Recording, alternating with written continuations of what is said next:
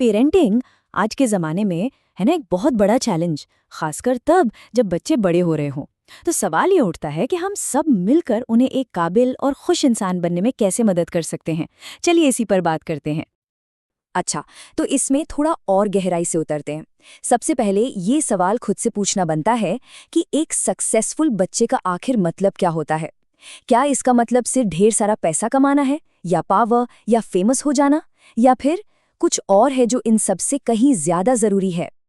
इस बारे में ना एजुकेशनिस्ट विकास दिव्यकीर्ति का एक बहुत ही क्लियर नजरिया है। उनका मानना है कि एक पेरेंट होने के नाते हमारी पहली और आखिरी इच्छा बस यही होनी चाहिए कि हमारा बच्चा खुश रहे। बाकी सब कुछ, चाहे वो सक्सेस हो, पैसा हो, शोहरत हो, वो सब बाद में आता है। और यही सोच, यही आइडिया आज हमारी पूरी बातचीत का सेंटर पॉइंट होने वाला है। तो चलिए, खुश और काबिल बच्चों की परवरिश के पहले पिलर की तरफ बढ़ते हैं, और वो है एक सेफ फाउंडेशन बनाना।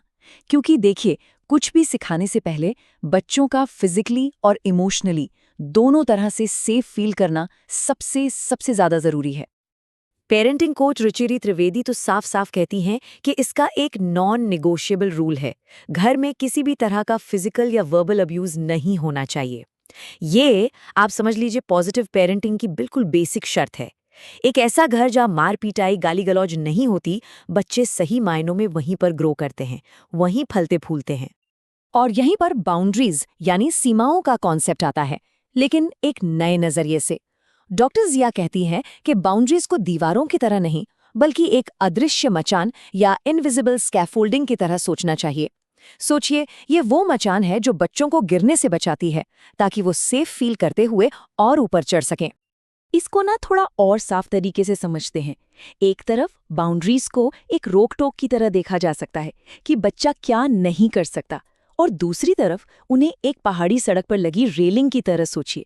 वो रेलिंग सफर को रोकती नहीं, बल्कि उसे सेफ बनाती है ना।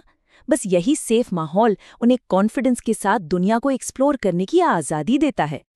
जब बच्चे सेफ महसूस करते हैं ना, तभी वो खुलकर कनेक्ट कर पाते हैं। और बस यहीं से हमारा दूसरा पिलर शुरू होता है, कनेक्शन की पावर। देखिए, एक मजबूत रिश्ते की नींव हमेशा हमेशा खुली और ईमानदार बातचीत पर ही टिकी होती है। लेकिन हाँ, बातचीत का मतलब सिर्फ बोलना ही नहीं होता, सुनना भी उतना ही जरूरी है।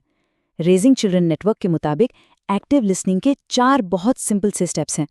पहला, पूरा ध्यान दें, मतलब फोन वोन साइड में रख दें।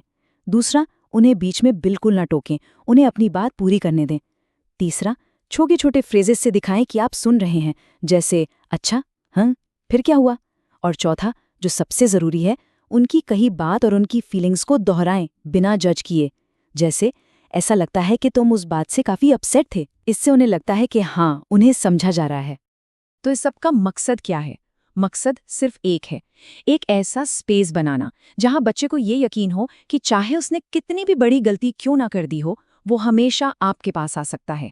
जैसा कि अनुभव जैन कहते हैं, ये दरवाज़ा, बातचीत का ये दरवाज़ा हमेशा खुला रहना चाहिए। और जब रिश्ता इतना मजबूत होता है ना, तो फिर निर्देश देने की ज़रूरत अपने आप कम हो जाती है और गाइड करना ज़्यादा आसान हो जाता है। और ये हमें लाता है हमारे तीसरे और आखिरी पिलर पर, बच्चों को एक काबिल, एक केपेबल अडल्ट बनने में मदद करना। और इसके लिए ना हमारा रोल बदलना बहुत जरूरी है, एक डायरेक्टर से एक गाइड बनना। परीक्षित जोबनपुत्र और अनुभव जैन जैसे एक्सपर्ट्स बताते हैं कि डायरेक्टिंग और गाइडिंग में जमीन आसमान का फर्क है। डायरेक्टिंग का मतलब है हर बात पर सलाह देना, हर प्रॉब्लम को खुद सॉल्व कर देना। इससे बच्चा डिपेंडेंट बनता है। वहीं दूसरी तरफ गाइडिंग का मतलब है उन्हें चॉइस देना, उन्हें अपनी गलतियों से सीखने का मौका देना, और इससे इससे उनमें कॉन्फिडेंस पैदा होता है। बच्चों को सेल्फ डिपेंडेंट बनाना है ना, तो इसका एक बहुत बढ़िया तरीका है उन्हें घर के कामों में शामिल करना।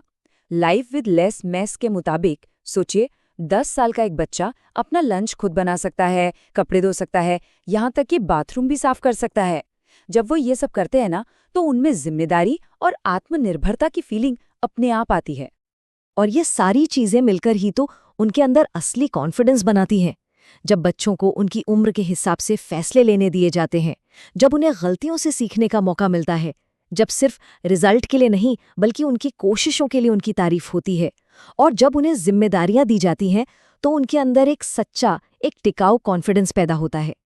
तो जब हम इन तीनों पिलर को एक साथ देखते हैं, एक सेफ फाउंडेशन, एक मजबूत कनेक्शन और काबिलियत को बढ़ावा देना, तो हमारा असली मकसद साफ हो जाता है। हमारा मकसद है एक ऐसा सेल्फ डिपेंडेंट अडल्ट तैयार करना जिसके पास अपना खुद का एक इंटरनल कंपस हो जो उसे जिंदगी में सही रास्ता दिखाए। इस पूरी बात को ना gov.wales का ये रिस्पेक्ट फ्रेमवर्क बहुत अच्छे से समराइज करता है। ये हमें याद दिलाता है कि बच्चे हमसे ही सीखते हैं, जब हम उनके लिए रोल मॉडल बनते हैं, जब हम एम्पैथी दिखाते हैं और जब हम उन्हें सेफ्टी और स्टेबिलिटी देते हैं। ये उन सभी बातों का एक परफेक्ट निचोड़ है जिन पर हमने अभी तक बात की है। तो आखिर में ये बात याद रखना बहुत ज़रूरी है कि पेरेंटिंग कोई परफेक्ट बच्चा बनाने की रेस नहीं है, बल्कि ये काबिल और खुश अडल्ट को दुनिया के लिए तैयार करने का एक सफ़र है। तो सवाल ये है कि आज ऐसा कौन सा एक छोटा सा कदम उठाया जा सकता है जो किसी बच्चे के बेहतर कल की नींव रखेगा।